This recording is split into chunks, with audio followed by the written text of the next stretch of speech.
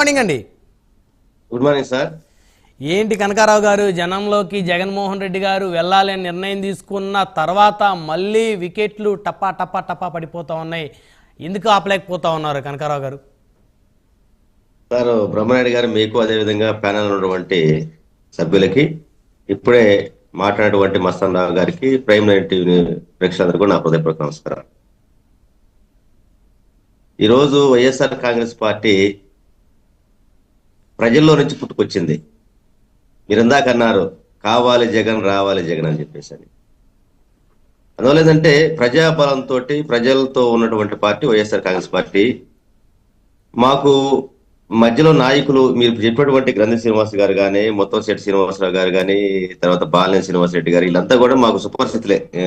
గ్రంథి శ్రీ గారు నాకు తెలియదు కానీ మొత్తం శెట్టి గారు అయితే నాకు అంతా కూడా కలిసి ప్రజారాజ్యం పార్టీలో ఉన్నటువంటి పరిస్థితులు వచ్చినాడు. అంటే ఈ రోజు ఏంటంటే ఇప్పుడున్నటువంటి రాజకీయాల్లో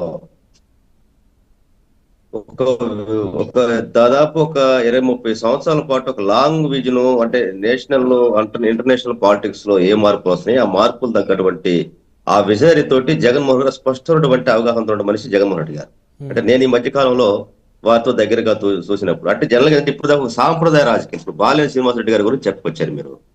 బాలినేని శ్రీనివాసరెడ్డి గారి గురించి చెప్పాలంటే మా జిల్లా, సొంత జిల్లా ప్రకాశం జిల్లా, చాలా సౌమ్యుడు, ఇద్దప్ప ధర్మరాజు లాంటి ధర్మరాజు గారికి చెన్నైతే కొన్ని గుణాలు ఉన్నాయి, ఆయన కూడా కొన్ని ఉన్నాయి. అంటే ఈ రోజు ఒక ప్రాంతీయ పార్టీ, జాతీయ పార్టీలు, ప్రాంతీయ పార్టీలు, చివరికి కుటుంబ పార్టీలకు వచ్చేటువంటి నేపథ్యంలో అధినాయకులు ఈ రోజు వైఎస్ఆర్ కాంగ్రెస్ పార్టీ కాదు, ఈవెన్ టీడీపీ కూడా ఈరోజు చూడండి మొత్తం నారా లోకేష్ కంట్రోల్లో నడుస్తుంది. కాదని చెప్పు దమ్ముంటే. రెండోది జనసేన గురించి మనం మాడుకుంటే, అసలు జనసేన అటువంటిది అది ఏదో ఒక పార్టీగా ఉంది కానీ ఇంకా పార్టీ అనేటువంటి ఆ మూలాలు గ్రామ స్థాయిలోకి వచ్చేటువంటి చూసుకుంటే అక్కడ కూడా ఇంకా రాలేదు అసలు. అందువల్ల ఏంటంటే ఈ కార్పొరేట్ పాలిటిక్స్ ఎన్ని వచ్చేసినాక ఆ యొక్క పరిస్థితులను బట్టి దాన్ని బట్టి నిర్ణయాలు తీసుకుని ముందుకెళ్లే దాంట్లో జగన్ గారి యొక్క వ్యూహాలు అవన్నీ కూడా ఒక వ్యక్తి ప్రయత్నంలో నుంచి వ్యక్తి యొక్క చరిష్మా తోటి వైఎస్ఆర్ కాంగ్రెస్ పార్టీ వచ్చేటువంటి పరిస్థితి మనం చూస్తా ఉన్నాం. గత 2011 నుంచి మొదలైనటువంటి ప్రయాణం మొత్తం చూస్తున్నప్పుడు అందువల్ల ఇప్పుడు దాకా ఏంటంటే సాంప్రదాయ రాజకీయాలు చేసినటువంటి వాళ్ళకి ఇది కొంచెం అడ్జస్ట్ అవటం అనేది, డైజెస్ట్ అవటం అనేది కొంచెం ఇబ్బందికర పరిస్థితి నేను గమనించింది. ఎందుకంటే నేను ఒక ప్రజా ఉద్యమాల నుంచి వచ్చినటువంటి, అదేవిధంగా మారుతున్నటువంటి ఈ గ్లోబలైజేషన్, తర్వాత ప్రపంచీకరణ మార్పులు ఎన్ని వస్తున్నటువంటి దాంట్లో అక్కడ ఉన్నటువంటి పరిస్థితులకి ఒక సమయస్ఫూర్తిగా నిర్ణయాలు తీసుకొని ఆ విధంగా ముందుకెళ్లే దాంట్లో జగన్ గారి ఒక వ్యూహాత్మకటువంటి ఇది ఉన్నటువంటి పరిస్థితి. అదేవిధంగా ఇందాక మస్తాన్ రావు గారు చెప్పారు, ఏదైతే ఎలక్షన్ అయిపోయినాక ఒక ప్రెస్ మీట్ లో ఒక చిన్న చాలా ఆలోచించాల్సిన మాట అని చెప్పేసి, 5 సంవత్సరాలు ఇట్టే కళ్ళు మూసుకుపోతాయి అని చెప్పేసి అన్నప్పుడు నేను కూడా చాలా బాధపడ్డా కూడా. 5 సంవత్సరాలు అంటే చిన్న విషయం అని చెప్పేసి అంటే వారికి ఒక ముందు చూపు, అంటే ఇంటర్నేషనల్ గా లేదా భారతదేశంలో మోడీ గారు అడ్మినిస్ట్రేషన్ కావచ్చు, లేదంటే వాళ్ళకి నిర్ణయాలు, ఇంటర్నల్ నిర్ణయాలు ఎన్ని కూడా క్రమంలో జైమిలీ వస్తే ఊహాగానం ఒక ఉండొచ్చు. అంటే లాస్ట్ టైం కూడా జరిగింది, 2024 ముందు కూడా జైమిలీ చర్చ నడిచింది. అందువల్ల ఏంటంటే వాళ్ళకు ముందు చూపుతోటి కావచ్చు అలాంటిది ఉందేమో అని చెప్పేసి అన్నటువంటిది అది చెప్పి ఆ విధంగా మనసులో ఉంది, అది ఇప్పుడే మన జీవితం ఎందుకు చెప్పాల్సిన చెప్పండి అని చెప్పేసి ఉండొచ్చేమో చెప్పండి. సో అందువల్ల ఏంటంటే ఒకటి ఈ రోజు ఏంటంటే ఏదైతే సూపర్ 6 పేరుతోటి ఎన్డీఏ గవర్నమెంట్ ప్రజలకి అనేక వాగ్దానాలు ఇచ్చేటువంటి పరిస్థితి మనం చూసినటువంటి నేపథ్యంలో ఈ రోజు పోరాట పందాన్ని ఈ రోజు స్టార్ట్ చేస్తా ఉన్నాం. మీరు అనుకోవచ్చు 6 నెలలు కూడా గడవక ముందు మొత్తం శెట్టి గారు అప్పుడే మన ఆర్థిక పరిస్థితి బాగలేదనంటే అన్నారు, దాని మీద ఎందుకు తొందరపడతానని చెప్పేసి అన్నారు. ఎన్ని కాదండి, అసలు గ్రంథి శ్రీనివాస్ గారు ఒక ఎక్స్పెక్టేషన్ ఉంది. పవన్ కళ్యాణ్ లాంటి ఒక ప్రజా చరిష్మా, ఒక సినీ ఐకాన్ లాంటి పర్సనాలిటీని ఓడించాం కాబట్టి ఖచ్చితంగా నాకు మంత్రి పదవి ఒక ఎక్స్పెక్టేషన్ పెట్టుకున్నారు. రాజకీయాల్లో సహజంగా ఎమ్మెల్యే అనేటువంటి ప్రతి మనిషి ఒక ఎక్స్పెక్టేషన్ ఉంది, ఖచ్చితంగా ఎమ్మెల్యే కావాలి, ఎమ్మెల్యే అయిపోయినా మంత్రి కావాలంటే అది ఎవరికైనా ఉండిద్ది, రాజకీయాల్లో ఉన్నవాళ్ళు కాదు. లేదంటే మాత్రం అబద్ధం, అవాస్తవం కూడా. అందువల్ల వారు ఎక్స్పెక్టేషన్ పెట్టుకున్నాక ఇప్పుడు ఒక అధినేతకి జగన్మోహన్ రెడ్డి గారు కావచ్చు, లేదంటే చంద్రబాబు నాయుడు గారు కావచ్చు, ఏ రాష్ట్ర పార్టీ హెడ్ అయినా అదేవిధంగా లెజిస్లేటివ్ పార్టీగా ఎవరిని ఎక్కడ పెట్టుకోవాలి ఏంటి అనేటువంటి ఒక విజనరీ ఉండిద్ది. అంటే 5 సంవత్సరాలకి ఎట్లా ఉండాలి, 2 సంవత్సరాలకి ఎట్లా ఉండాలి, ఒక శాఖ ఇచ్చిన పెట్టాలి అంటే అందువల్ల ఈయనప్పుడు సహజంగా అతను కొంత నిష్ఠూరటువంటి పరిస్థితి కనపడతా ఉంది. రెండోది మొత్తం శెట్టి శ్రీనివాసరావు గారు ఉన్నారండి, వాళ్ళకి సంబంధించిన ఇంజనీరింగ్ కాలేజీలు, ఎడ్యుకేషన్, అదేవిధంగా వ్యాపారం క్రమంలో ఈ రోజు టీడీపీ గవర్నమెంట్ కక్షపూరితంగా వాళ్ళ వ్యాపార సంస్థల మొత్తాన్ని దెబ్బతీసే విధంగా, ఆర్థిక మూలాలు కదిలించే విధంగా ఒక కుట్ర జరుగుతూ ఉంది. ఆ కుట్రలోని ఈరోజు బాలినేని శ్రీనివాసరెడ్డి గారు కూడా, ఎందుకంటే అదేవిధంగా జనసేన సంబంధించినటువంటి శ్రీనివాస్ యాదవ్ అని చెప్పేసి విశాఖపట్నంలో గత ప్రభుత్వం ఉన్న టైంలోనే బాలినేని శ్రీనివాసరెడ్డి వియ్యంకుడు మొత్తం ఇక్కడ ల్యాండ్ మాఫియా పెట్టారని చెప్పేసి ఒకటి ఉంది. అదేవిధంగా ఒంగోలుకు వచ్చేటప్పటికి దొంగ లెటర్లతోటి రకరకాలు చేశారని చెప్పేసినటువంటి, అదేవిధంగా అక్కడ ఒక విల్లాస్ కడతా ఉన్నారు వాళ్ళ వియ్యంకుడు వాళ్ళంతా కూడా. ఇట్లాంటి అదేవిధంగా పక్కన ఉన్నటువంటి ఎర్రజర్ల కొండ నుంచి మొత్తం దాదాపు 40 కోట్ల మైనింగ్ తరలించారని చెప్పేసి, గ్రావిల్ అని చెప్పి ఈ రకరకాలు ఉన్నాయి. అందువల్ల ఏంటంటే ఎక్కడ మన ఆర్థిక మూలాలని ఎక్కడైతే కేసులు తోడు మనం ఎక్కడ జైలు పాల్పెట్టినట్టు ఒక భయంతో ఈరోజు మొత్తం కూడా పార్టీ మారుతున్నటువంటి పరిస్థితి. ఇప్పుడు మోపిదేవి గారు ఉన్నారు. వాస్తవానికి మోపిదేవి గారు ఒక సీనియర్ పొలిటీషియన్, మంచి మనిషి. వారు ఎవరుకుంటున్నారు, వాళ్ళ కొడుకుని రాజకీయ వారసత్వం నిలబెట్టాలని చూశాడు.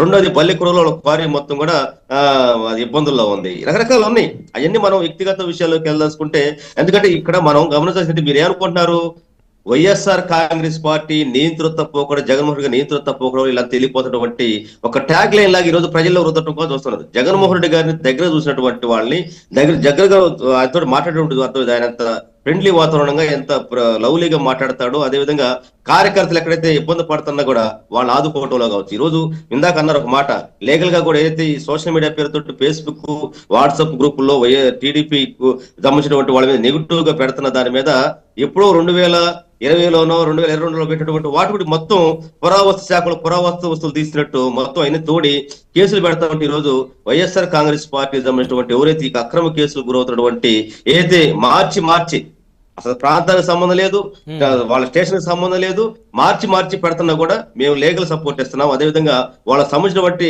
ఆలు విధంగా, ఎందుకంటే నేను one of the command control centre నుంచి నేను వన్ ఆఫ్ ద పర్సన్ ఉన్న క్రమంలో మాకు స్టేట్ వైడ్ నుంచి కాల్స్ ఓవరాల్ గా ఎంతమంది ఇప్పుడు లీగల్ సపోర్ట్ ఇస్తున్నారు సార్ మీరు వైఎస్ఆర్ కాంగ్రెస్ పార్టీ? దాదాపు ఈ రోజు 60 మంది పైగా ఈ రోజు మొత్తం కూడా ఒకే పర్సన్ 5 స్టేషన్ లో పెట్టారు. నిన్న కొరటపాటి ప్రేమ్ కుమార్ అని చెప్పేసి గుంటూరులో ఒక వైఎస్ఆర్ కాంగ్రెస్ పార్టీ యొక్క కార్యకర్తని అక్రమంగా చేసుకున్నటువంటి పరిస్థితి. చెప్పండి.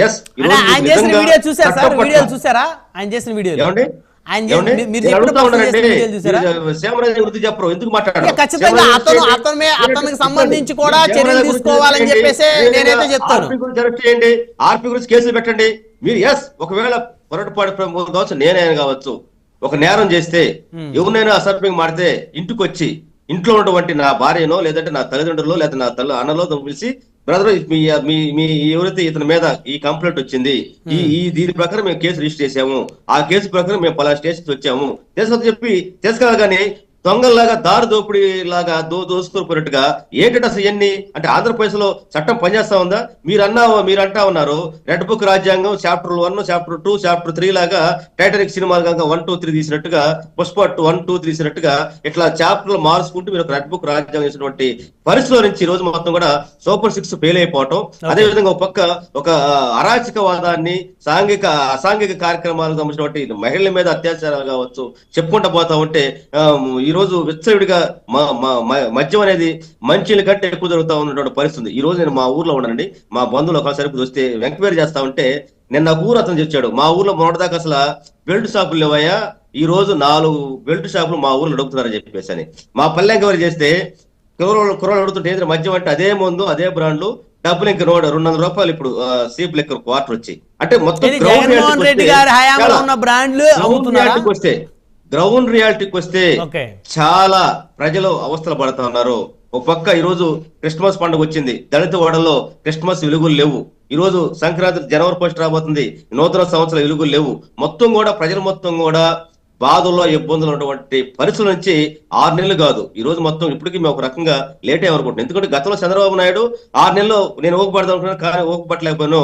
2 నెలలకే ఈ గవర్నమెంట్ ఇదని చెప్పేసి ధర్నాలు దిగినటువంటి పరిస్థితి లేదా, నెగిటివ్గా మాట్లాడే పరిస్థితి లేవా? అందువల్ల ఏంటంటే ఈ రోజు వైఎస్ఆర్ కాంగ్రెస్ పార్టీ నాయకుడి మీద వస్తుంది కాదు, వాళ్ళకున్నటువంటి అభద్రతా భావం, వాళ్ళకున్నటువంటి ఆర్థిక మూలాలు దెబ్బతిన్నటువంటి నేపథ్యంలో వచ్చే పార్టీ మారుతున్నారు తప్ప, ఈ రోజు జగన్మోహన్ రెడ్డి గారు ప్రజల్లోకి వస్తే రాబోతున్నాడు.